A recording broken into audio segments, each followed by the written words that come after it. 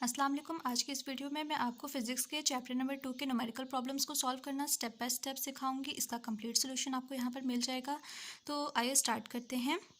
सबसे पहले हमारे पास जो न्यूमेरिकल प्रॉब्लम 2.1 है वो कहता है that a train moves with a uniform velocity of 36 kilometre per hour for 10 seconds. अब देखिए, हमें डाटा में वेलोसिटी दे दी गई है और टाइम दे दिया गया है। वेलोसिटी को किलोमीटर पर आवर में दिया है, इसको कन्वर्ट कर लेंगे हम मीटर पर सेकंड में, यानी मल्टीप्लाई बाय 1000 करेंगे और साथ में डिवाइडेड बाय 3600 करेंगे तो हमारे पास मीटर पर सेकंड में वेलोसिटी की वैल्यू आ जाएगी जो कि है 10 meter per second. Secondly time उन्होंने हमें दे दिया था 10 सेकेंड्स। और फाइंड क्या करना है, हमने डिस्टेंस फाइंड करना है। ठीक है, तो ये क्वेश्चन बहुत सिंपल है। सिंपल फार्मूला पुट करेंगे, S is equal to V into T, यानी कि स्पीड को हम मल्टीप्लाई कर देंगे टाइम के साथ तो हमारे पास डिस्टेंस आ जाएगा, यानी कि 100 मीटर। ओके, देन हम मूव करेंगे अपने नेक्स्ट न्यूमेरिकल प्रॉब्लम यानी 2.2 की तरफ, जो कि कहता है अ train starts from rest. Starts from rest जब लिखा आ जाए, इसका मतलब है कि हमारे पास जो इनिशियल वेलोसिटी गिवन है वो है 0 metre per second. Okay, it moves through 1 kilometre in 100 second. अब दो चीज़ें हमें और मिल गई हैं, यानी कि डिस्टेंस जो कि 1 किलोमीटर है उसको कन्वर्ट कर लेंगे हम मीटर में, ठीक है, मल्टीप्लाई बाय 1000 करके, और टाइम हमारे पास आ गया है 100 सेकेंड। तो वो कह रहे हैं what will be its speed at the end of 100 second. कहते हैं जब 100 सेकेंड्स कंप्लीट हो जाएंगे तो हमारे पास फाइनल वेलोसिटी क्या होगी। फाइनल वेलोसिटी हमने फाइंड करनी है। तो फाइनल वेलोसिटी को फाइंड करने के लिए हम फॉर्मूला यूज़ करेंगे, V F is equal to V I initial velocity plus acceleration into time. ठीक है, तो ये फर्स्ट इक्वेशन ऑफ मोशन है।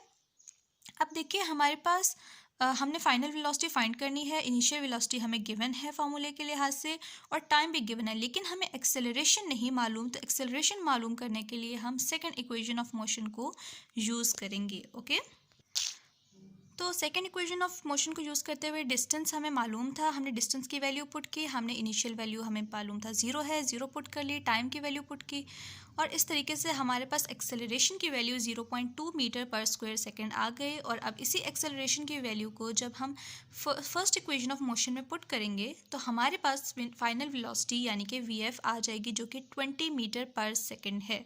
ओके, तो इस तरह हमारा न्यूमेरिकल प्रॉब्लम 2.2 भी कंप्लीट हो गया है। नेक्स्ट न्यूमेरिकल प्रॉब्लम है 2.3, जो कहता है कि a car has a velocity of 10 meter per second. तो हमें इनिशियल वेलोसिटी मालूम हो गई 10 मीटर पर सेकेंड।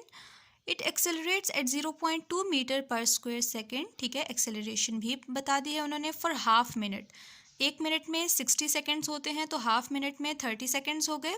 ठीक है, फाइंड क्या करना है, the distance travel during this time, उस टाइम में जो फासला तय किया है उस कार ने, and the final velocity of the car, car की फाइनल वेलोसिटी भी हमने फाइंड करके बतानी है। तो हम इसमें फॉर्मूलाज जो पुट करेंगे वो यहाँ पर मैंने लिख दिए हैं। First equation of motion use होगी और थर्ड इक्वेशन ऑफ मोशन इसमें यूज़ होगी। ठीक है, तो सबसे पहले हम फर्स्ट इक्वेशन ऑफ मोशन में सिंपल वैल्यूज़ पुट कर लेते हैं। इनिशियल वेलोसिटी 10 थी, एक्सेलरेशन 0.2 थी और टाइम गिवन था। इसको हमने आपस में सॉल्व कर लिया तो हमारे पास इसका आंसर तो इस तरह इसका आंसर हमारे पास 16 मीटर पर सेकेंड आ जाएगा इसकी कैलकुलेशन करने के बाद।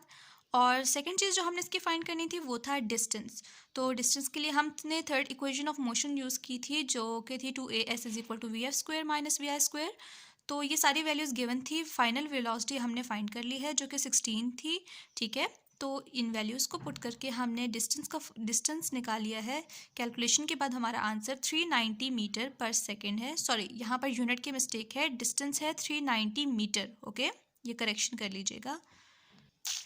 नेक्स्ट न्यूमेरिकल प्रॉब्लम है, ये थोड़ा सा कंसेप्चुअल है और इसीलिए ये थोड़ा सा इम्पोर्टेंट भी है। तो इसके कंसेप्ट को समझने की कोशिश करते हैं। कहते हैं कि एक टेनिस बॉल है जिसको ऊपर की जानिब हिट किया गया है vertically upward with a velocity of 30 meter per second. अब जब नीचे से ऊपर बॉल को फेंका है तब इसकी initial velocity 30 meter per second है। ठीक है, और टाइम जो उसने वहाँ एक पीक पॉइंट पर पहुँचने के लिए लिया वो 3 सेकेंड है। ठीक है, उस पीक पॉइंट पर पहुँचने के लिए जो उस टेनिस बॉल ने टाइम लिया वो 3 सेकेंड है। ठीक है, उस हाईएस्ट पॉइंट पर पहुँचने के लिए। तो हमें वो कह रहे हैं कि हमें कैलकुलेट करके दीजिए कि maximum height reached by the ball को सबसे हाइट पर पहुंचने के लिए जो उसने जो उसकी हाइट है वो हमें तय करके दें और फाइंड करके दें। और दूसरी चीज़ जो हमने फाइंड करनी है वो है जब वो उस पीक पॉइंट से वापस ग्राउंड पे आएगी तो वो वापसी का टाइम कितना होगा, ठीक है।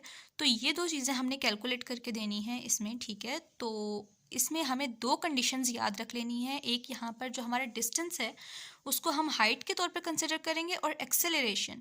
अब यहाँ पर क्योंकि हाइट पर बॉडी को हमने अपर डायरेक्शन में हिट किया है तो ग्रेविटी का आ गई है, तो अब हम एक्सेलरेशन ड्यू टू ग्रेविटी है तो हम जी की वैल्यू पुट करेंगे। जब हमने ऊपर की डायरेक्शन में फेंकी है बॉल को तो इसकी ग्रेविटी की वैल्यू नेगेटिव हो जाएगी, और जब वो वापस ज़मीन पर आएगी, कोई भी चीज़ ज़मीन की तरफ जब जाने आ रही होती है, जब उसकी डायरेक्शन अर्थ की तरफ होती है, तब ग्रेविटी की वैल्यू पॉजिटिव होती है, ठीक है।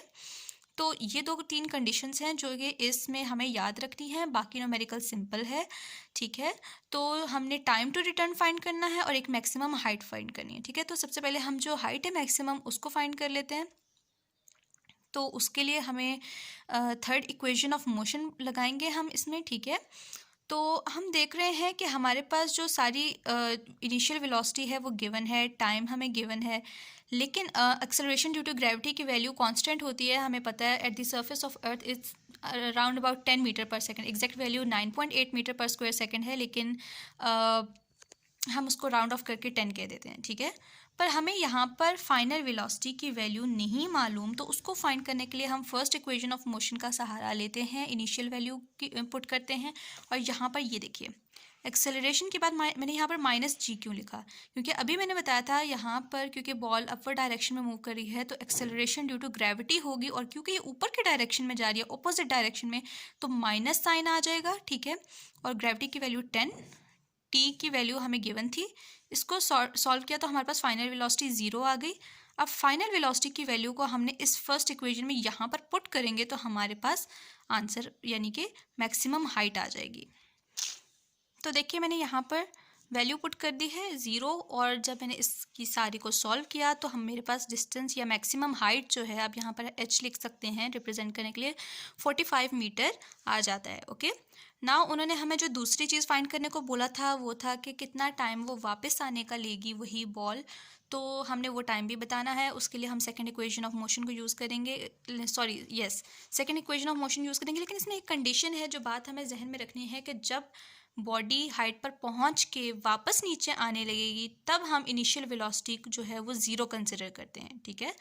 तो इनिशियल वेलोसिटी अब यहाँ पर इस केस में 0 हो गई। एक्सेलरेशन ड्यू टू ग्रेविटी जो है वो पॉजिटिव हो गई, क्योंकि वो टूवर्ड्स द डायरेक्शन जो है वो अर्थ है, ठीक है। तो direction is towards the earth, so it's positive G. So values put करेंगे सिंपल, 45 हमने यहाँ से फाइंड कर लिया था, 0 हमारे पास आ गई इनिशियल वेलोसिटी, टाइम हमने फाइंड करना है जो सेकेंड टाइम है, और बाकी वैल्यूज़ भी इसी तरह पुट की। तो हमारे पास जो टाइम जो वापसी का है फॉर रिटर्न वो 3 सेकेंड्स है। तो टोटल टाइम एक बॉल ऊपर जाने का और वापस नीचे आने का कितना लेगी, जाने का 3 सेकेंड्स था जो कि हमें गिवन था, ठीक है, और वापस आने का हमने फाइंड कर लिया है यहाँ से, तो ये हमारे पास टोटल टाइम कितना हो गया, 6 सेकेंड्स, ओके।